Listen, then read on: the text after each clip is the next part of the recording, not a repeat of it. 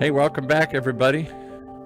Time again for another episode of Living Hope, your journey living with pancreatic cancer. Today, well, we got some hope. It's a hopeful message today here. And I'm going to let Roberta Lunar, our hopeful survivor, explain more about it here. I'm feeling good about this one today, Roberta. Yes, I am too. It's a good day. It's beautiful outside and it's great. So we're going to move on. And as we recognize April as Cancer Prevention and Early Detection Month, I think we're going to mainly emphasize on maybe cancer prevention. And today we're honored to have Andrea O'Donnell join us again. Andrea's journey is both inspiring and deeply moving. She's the founder of Raising Roots Nutrition and recently published a cookbook. After confronting her own health challenges and the heartbreaking loss of her mother to pancreatic cancer, Andrea has transformed her anger into action. She has since dedicated her life to pursuit of wellness through whole foods and clean living. Andrea's going to join us and share her insights. And exactly what is clean living? First, explain that. What's clean living? I love that you brought that up. Well, first off, thank you so much for having me on the show again. I'm so excited to be here, and just really what you said is really emphasizing cancer prevention and living a holistic and healthy life. And so a big part of that is the clean living. Is diet is just one piece of the puzzle. I tell people all the time, even though I'm a nutritional therapy practitioner, I don't just look at food. I want to also look at the stress in one's life. How is our sleep impacting it? Our environmental toxins, so what we're breathing in the air around us, and even what's on our food and what's on our skin. You know, our skin is our largest organ. What chemicals are we ingesting at all times? Looking at all these pieces, including hydration, how that impacts our health. Did you know that, Roberta, that your skin is your largest organ? It's not your liver, it's not your heart, not your lung. Your skin. I actually learned that from Andrea. Yeah, I've heard that before. Is it? How do you define it? Because an organ, I guess, does something. Does the skin? The skin doesn't seem to do anything. It just sits over your body here. Does it have a function other than that? Does it absorb stuff? Oh, yes, and I know dermatologists can go in this, for hours. Just seems but dead skin. The skin doesn't do anything. It just sheds or whatever. But it frees. It actually is our first layer of defense. So the epithelial cells, they take the toxins, whatever, that could be lotion, that can be what's coming in through the air, waters, and it's actually absorbing that through the layers. And it uses that to dissipate toxins. So when we sweat, and we may not even realize that even when we're not sweating, it's releasing toxins. But if you ever done like sauna and you kind of like lick your, I don't know how many of you are licking your arms, but if you lick your arm and it's kind of salty. Yeah, try it next time. That okay. is the toxins. What are you doing in the sauna? I'm licking my arm. I want some salt. I need some salt. I need some sodium. All right, so that's all. Yeah, because we don't think of our skin as anything but a natural set of clothing. It's we want to protect it. We want to keep it safe. We don't want it to get sunburned or whatever here, but we don't think of it doing anything. At least I don't. But you're saying it really does. It's a living, it does, breathing. And it's actually a lot of times one of the first places that will indicate issues: rosacea, acne, eczema, dry, itchy skin. A lot of times people come, they're like, oh, I've always had this dry, itchy skin, or I've had bumps on the back of my arms, or whatever it may be. Those are all indication and symptoms that your body is out of balance. And isn't dry, itchy skin one of those generic symptoms of pancreatic cancer? Could be one of the things people complain of before it could be itching. That was something my mom had, was a lot of itching, and I've talked to a few others, have had that same, and it's something they don't look at as being part of, a symptom. Itching. So, yeah. You just, okay, here, put this cream on it and go away. Exactly. And there is more to that, the itching of like why that happens, but absolutely. So I hope people start looking at their skin. I'm going to let you two do most of the talking, even though I want to do most of the talking in this one, because I really believe in this topic. You're an anti-sugar advocate here. And so I just want to get that in. We were talking offline. I want to make sure we get this in. Sugar is the enemy of good health.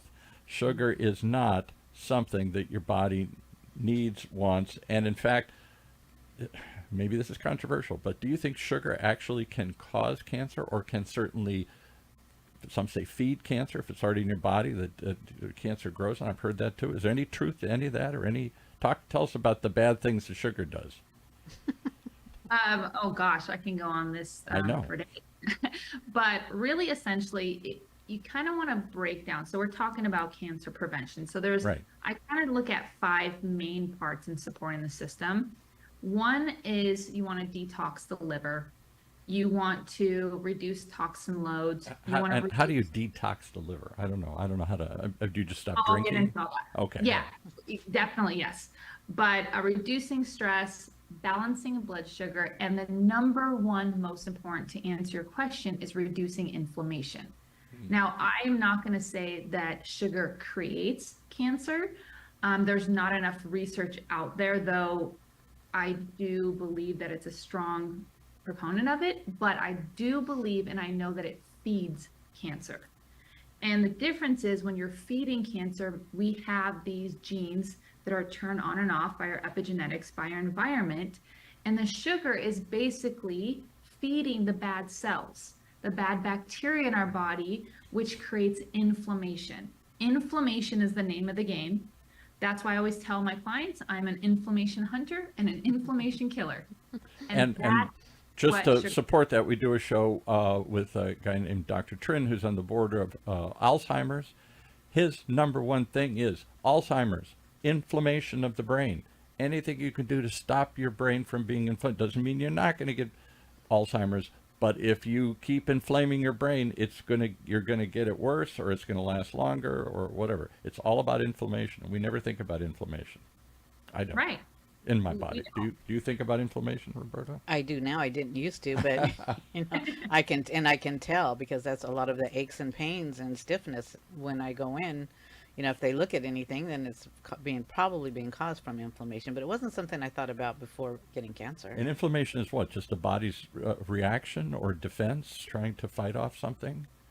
Like if you... that's a really good question. Yeah. So inflammation is that there's a lot of things that can create inflammation, but let's think of the most simplistic terms. You cut your hand, right? It inflames. It gets a little red, a little swollen. Right. And the body's job is to bring all the good red blood cells and everything to help anti-inflame it, reduce inflammation, and then it heals. But internally, when we have all these open cuts from, again, too much stress in our life, too much sugar, processed foods, unhealthy oils, toxin loads, so we talked just about clean living, all these things, think of them as cuts in the body. So the immune system doesn't know where to go to reduce inflammation. And on top of that, we don't have enough things such as omega-3, which is a natural essential fatty acid to reduce inflammation. So we have too much omega-6, not enough omega-3. So we're inflaming. That's where Roberta was talking about. You feel puffy, you feel bloated, that water weight, all this stuff internally, that creates inflammation. And so your body doesn't have a chance to heal. All right, one last question, then I'll turn my thing off here, let you guys go at it here. So inflammation is bad. There is some theory or evidence that cancer is fed by too much sugar. These inflammation is bad anyway. This particular inflammation caused by sugar may encourage, feed, grow the cancer that's already in your body. We're not sure if it actually causes it or not, but if you want to stop it from growing and stop it from growing, sugar is certainly something you want to cut out. And that's something you did in your life, right? Roberta, you cut a lot of the sugar out. I did, yeah. I went back and it was really hard, especially I had to give it my Dr. Pepper, which was Yeah, tough. which is solid sugar. It's just a can of sugar here, yeah. But I did, and I started noticing the difference. And now when I'm getting off track, I start noticing the difference again, some of the things happening again, because I'm not doing exactly what I know I should be doing. So here's my last question. How do I get rid of sugar? Because when you get into it, everything has sugar or a sugar substitute in it. Last time you were here, I held up proudly some water that says, it's a flavored water, no sugar. And you said, yeah, but it's aspartame or something else in here. It's almost impossible to get rid. Once upon a time, you couldn't find sugar 100 years ago, 200 years ago. Now the more you make me look, I can't seem to find anything that doesn't have sugar in it. Yes, that is very true. 97% of foods on the shelves contain sugar of some sort. So we It's a got to go little back to growing our own food and yes, yeah, and all that. But to answer your question, it's a very simple answer, but it's all about detoxing your body, going back to the liver, and changing your diet and lifestyle. Now, I know it's easier said than done. This is why I work very closely with a lot of people, because there's accountability in yes. there to help support somebody, because it's not easy. Like you said, we are on this uphill battle. You're looking out this Mount Everest, what I call multi-billion-dollar food industry, which is doing everything in their power to keep us addicted and to keep us without any control. Because And that's the other so, thing. Sugar not only tastes good, it's addictive. Your body, you crave it. yes, it is 8 times more addictive than drugs like cocaine. Oh, jeez. No They wonder say I that it's love sugar. sugar. Yeah, if it was discovered today, they would actually have a prescription and be behind a pharmaceutical table. Wow. Can you imagine saying, I want to bake a cake? Let me go get a prescription for the sugar. No. That's what it I would want a be candy like. bar today. Can I go get one, Doc? Here, yeah, here, write you a Exactly. prescription for a candy bar or a Coke. Exactly. So it's about these baby steps. And a big piece of that is mindset. I've worked again with dozens of clients. I've worked with numerous people on my sugar detox program, and I'm about to launch my big program that really focuses on this. But it's really mindset. So finding your why, your core motivator, that at the end of the day, when you see that chocolate bar, when you see the In-N-Out, the cupcakes, whatever, all thrown at your face, how can you say no and know that you're worth more? So that's a big piece, is mindset, and then learning little tips and strategies. I mean, Roberta knows that we are constantly working on this, right? Yes, definitely. I Three said I times. felt happy coming in. Now I feel sad. I feel like this is impossible. I'm No, gonna go off and go in the corner and eat a sugar not bar, my last impossible. one here, before I give it No. up. And I'm gonna let you guys talk. But I thank you, Roberta, for because I saw this. My parents both passed away from different kinds of cancers, and that was something they both struggled with, to get rid of it, and they wondered why they hadn't been told to do this earlier. I don't think a lot of doctors, I mean, and for one, I know when you get to a certain point during your treatment, they get to a point to where they don't really care what you're eating, that they want you to get the most because you need to get the weight and whatnot on. You've been told it, and then my parents were told it. Just Yeah. eat anything. Yeah. I don't care. Eat at this point in time. She's got cancer or something. Just eat anything. Go have a malts, go have your double cheeseburger or whatever it is, just so they can get the weight on. And maybe that's something that we can talk about later, is what we can do dietarily that might be more beneficial and healthier, but to still do the eight. Well, nobody told my parents this. Nobody told me this, and I'm crazy about sugar, as were most people in my family. And gee, isn't it a surprise that they got cancer? Before we go too much further, and I should have done this earlier, but I just want to make sure that everybody realizes, we are not doctors here. We're not offering any Yes, medical no. advice, but just talking in general and just something to have resources so that you can look at. But we're not giving you medical advice. We're not telling you to do or do anything, but just want you to have the proper resources. And start a because- conversation with your doctor Yeah, and see exactly. what they say. And I've been doing under his program, and I'm going to be going around the third time, and hopefully the third time is the charm. So but it is. I've learned a lot, but we can talk about that later. But what I do want to know is, for a lot of people, is what dietary changes can we make to lower our risk of not getting cancer? I know one of them is sugar, but like you say, everything you go and look on the shelf. I mean, you taught me to read labels, and I'm reading labels, and I'm spending almost the whole day there because I'm picking up something, reading it, and putting it back because of all the sugar that I find in it. But what kind of changes can we do to hopefully? So there's a lot of things, and I kind of want to first circle back to what was said earlier about, I don't want this to be depressing. I want to bring hope. That's the whole point of your podcast, and really starting that conversation with your doctors and bringing in nutritionists is so important, because doctors actually are not taught nutrition in med school. And I want to give you a quick story on that. I had an anesthesiologist call me the other day to hire me as a nutritionist, and was explaining how he was gaining weight. He knew the term leaky gut. And he's like, I just don't feel good. I'm having all these symptoms. And I said, I'm going to ask you a really dumb question, but don't you learn all this in medical school, how to heal? And he said, no, we don't have nutrition courses. And he's an anesthesiologist. He's like, we are taught how to write prescriptions. And then obviously the bigger things like anesthesiology or whatever the specific. And this is not to downtrot doctors. This is really to emphasize the importance of advocating for your own health and really doing your own research, because it is so imperative, and nutrition is so imperative to our health, and to look into that. So to answer your question on that, dietary changes. So I always tell people that it's better to start slow to make it sustainable. I don't expect anybody to just give up everything tomorrow, because 9 out of 10 times they're going to end up going back. And that's okay too, because it's all a journey, right? But starting slow is introducing quality over quantity. So looking at high quality protein, that is your grass-fed beef, your free-range chicken, your cage-free eggs, plant-based protein, your quinoa, hemp seeds, so on and so forth like that, including healthy fats. So again, your omega-3s, we really want to increase your omega-3. So wild-caught fish like salmon, sardines, anchovies, avocados, olive oil, all of these are really beneficial because fatty acids really help to create a protective lining around our cells, which again then helps our organs. You said obviously reducing sugar, but increasing fiber. Fiber is one that most Americans don't consume enough of.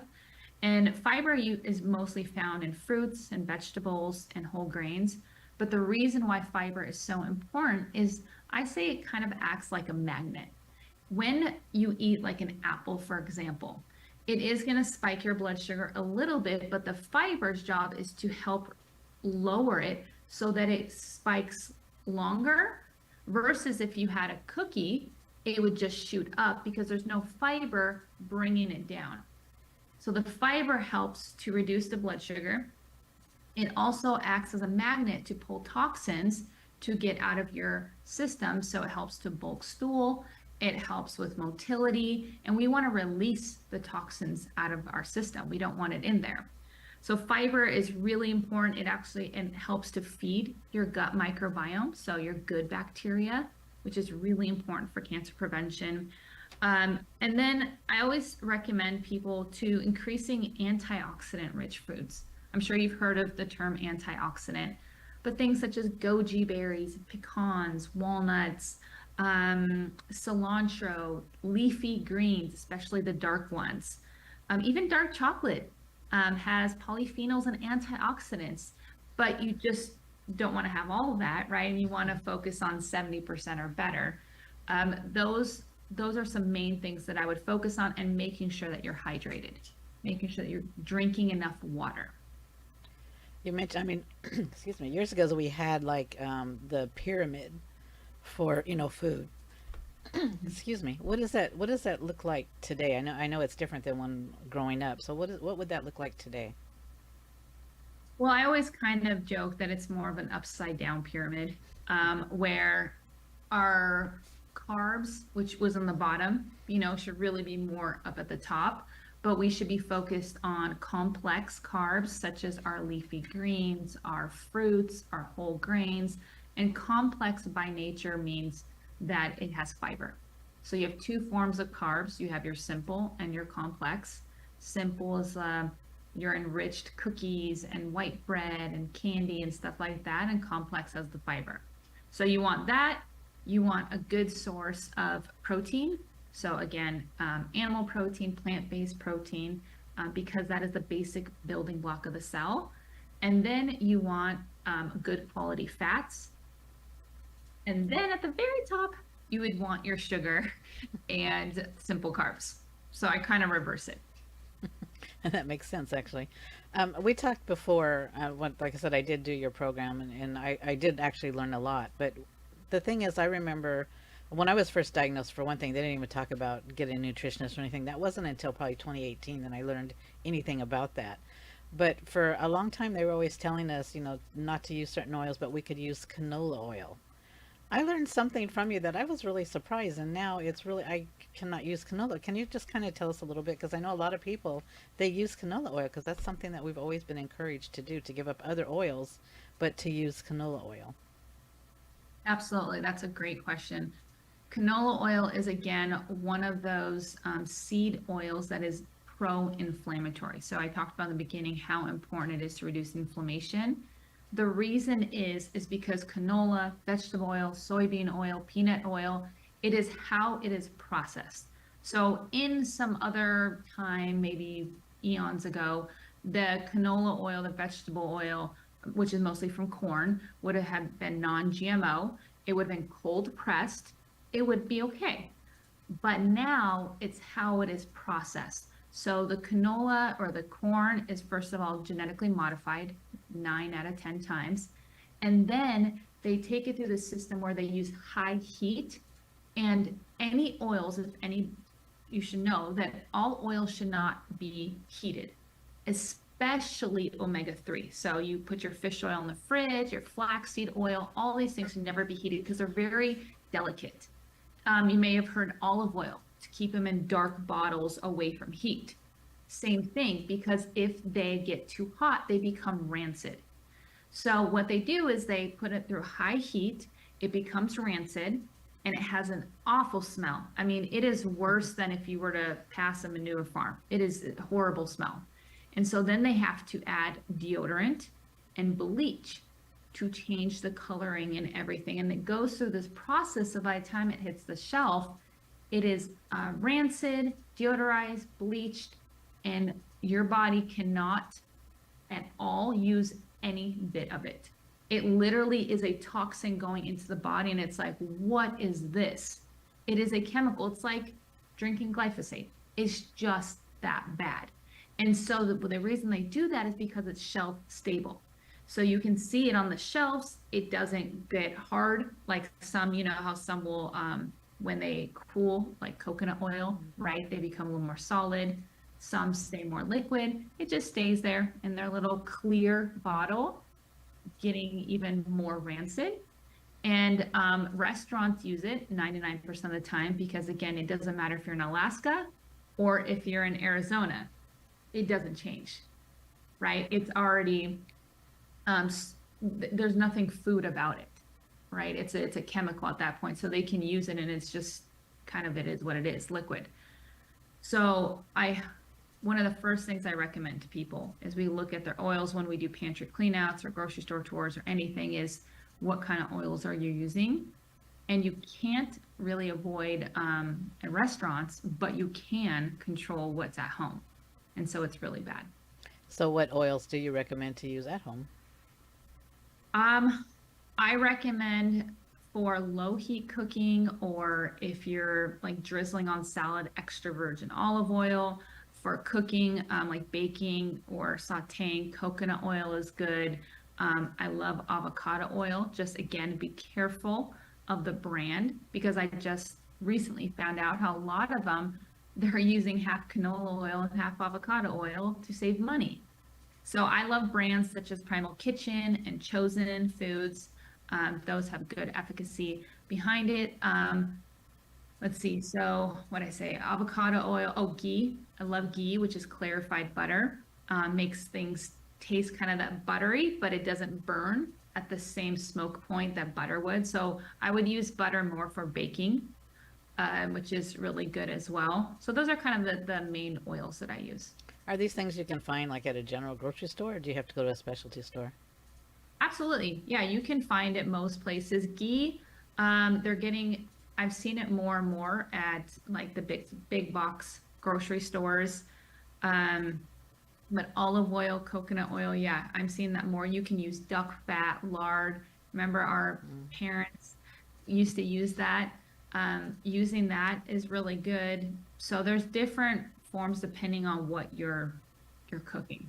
Okay, thank you. And I know we talked about antioxidants and fibers and stuff, but what vitamins and minerals are known to be, cancer prevention?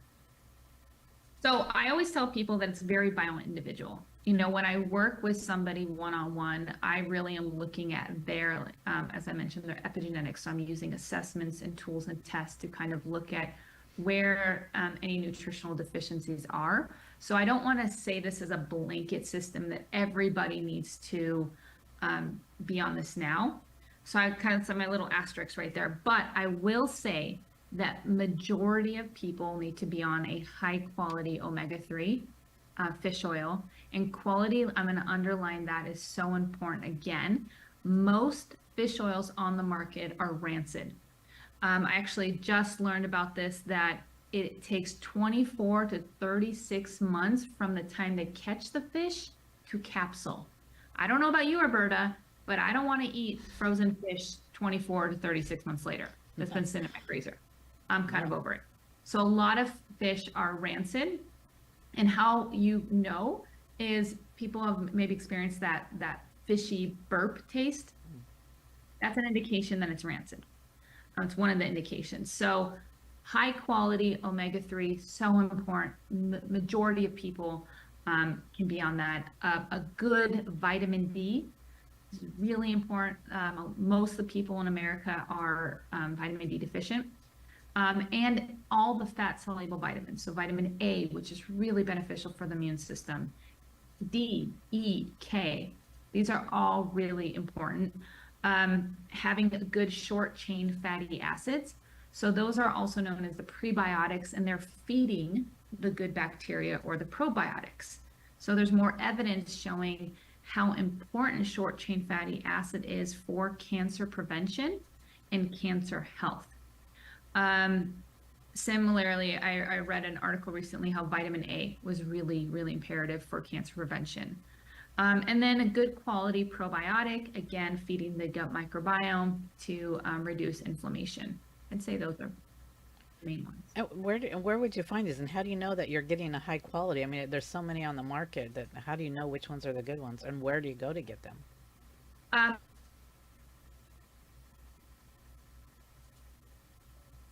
I think you I'm froze. very picky about where I source my supplements. I We, work we lost closely you for a with- minute there here, so maybe you have to ask the question again here.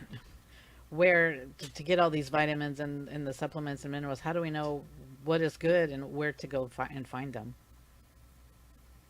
So I'm very picky on what I use for supplements, and I use a practitioner-based database called FullScript with my clients, and I use them because they've been quality tested and assured. And the brands that I use, I have researched, I have spoken to the nutraceutical reps, and really tested it myself.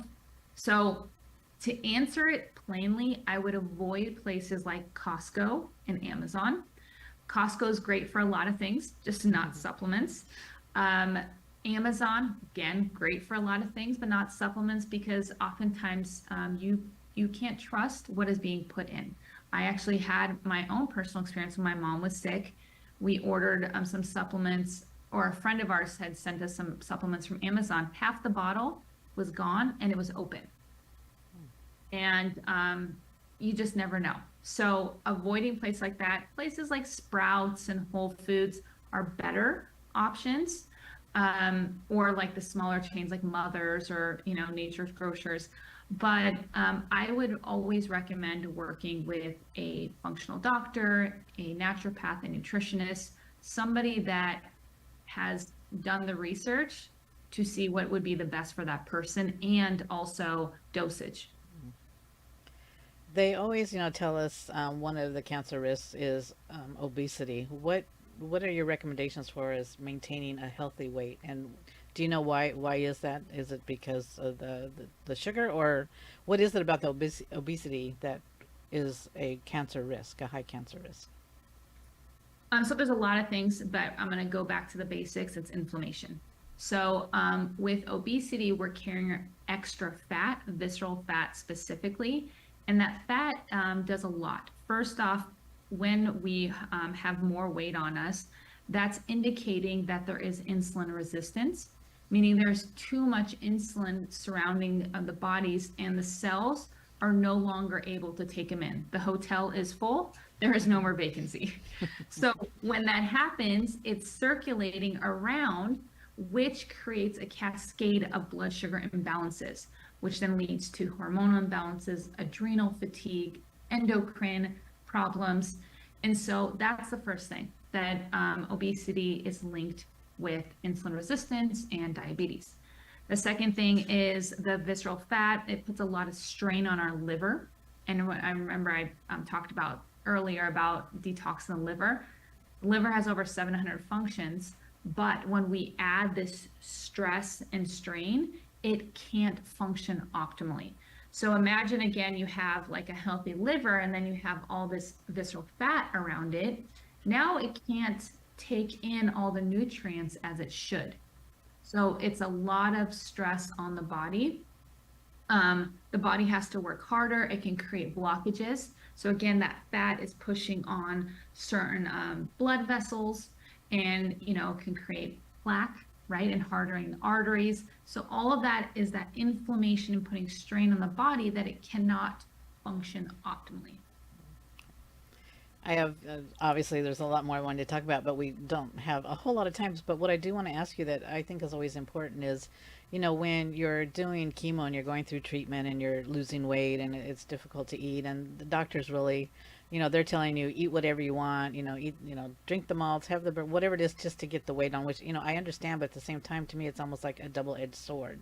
So what do you have any recommendation as to what is a good diet or good food that people can eat during chemo, but still, hopefully maintain weight and just be healthier than adding all that sugar back into their diet?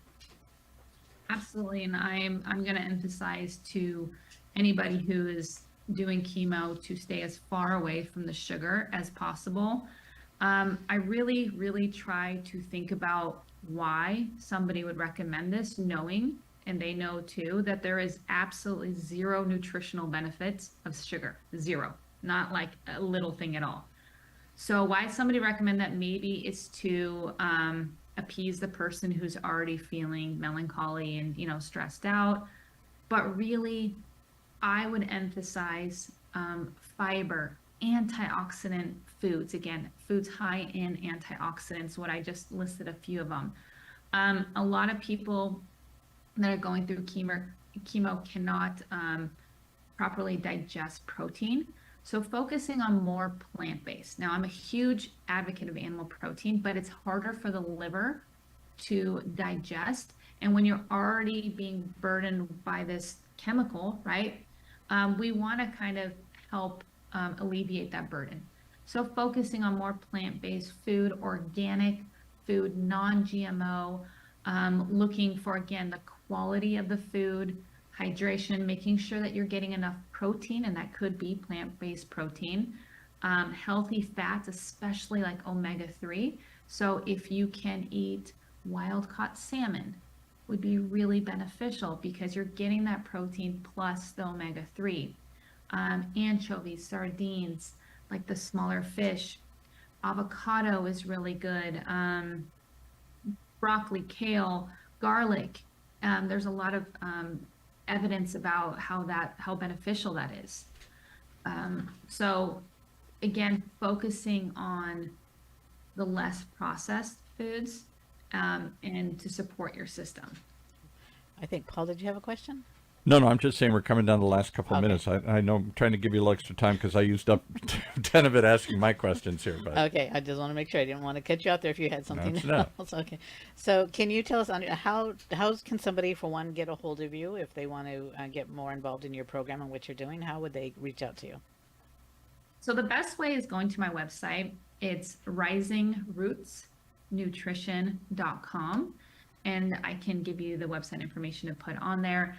And that way you can book a free health assessment call. And we would just talk about exactly what we've been talking about. What are your health concerns? What are your goals? How can I support you? I have my cookbook that you mentioned that is a phenomenal cookbook for cancer prevention and for detoxing sugar. Has over 135 delicious recipes. And I've had numerous people who are like, oh my gosh, I love this but it has everything from breakfast, lunch, dinners, and even desserts to enjoy. That's on my website as well for sale. And I wanted to say that for the month of April, I'm offering this group 15% off my cookbook if they type in the promo code PREVENT. So that's just something I want to give back. But another thing, I'm going to be launching a wonderful program next month. It's called the Metabolic Makeover Method. And it's a 12-week group coaching program where we're going to dive deeper into really optimizing the metabolism to help reduce inflammation, to help shed the weight, to help gain energy, and really balance the blood sugar. So I'm very excited about that, and all that information, again, is on my website. And if they go onto my website, they can sign up for my newsletter, and I'll be sending out all sorts of information on that. Well, it sounds great, and thank you. And one thing I know you have a quote that I love, and I think of it all the time, is if you don't make time for your health, you'll be forced to make time for your illness, and I think that's really true. And as we leave today, I'd like to say, as long as you speak my name, I shall live forever, is dedicated to Kathy Hess, who was diagnosed with stage 4 pancreatic cancer in 2018, but we just recently lost her. And she was a health person as well, ate healthy, ran marathons, and was a true inspiration. So today's show is dedicated to her. And Andrea, I want to thank you for coming back again, and we'll do it again because you have so much information. I'd really love to share it again. So thank you. Thank you.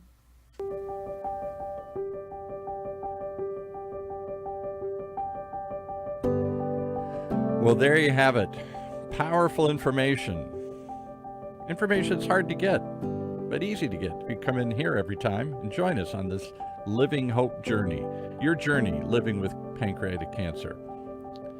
And if you need help right away, lots of sources, lots of places. We've rattled them off before. We'll rattle them off again. There's Hirschberg, there's Let's Win PC, and there's certainly the Pancreatic Cancer Action Network. In fact, there's a number we'll give you, 877-2-PAN-CAN for the Pancreatic Cancer Action Network. For the OC Talk Radio Network, I'm Paul Roberts, thanking you for joining us, hoping you'll share this information, and most of all, you'll come back and share this journey with us that we call Living Hope.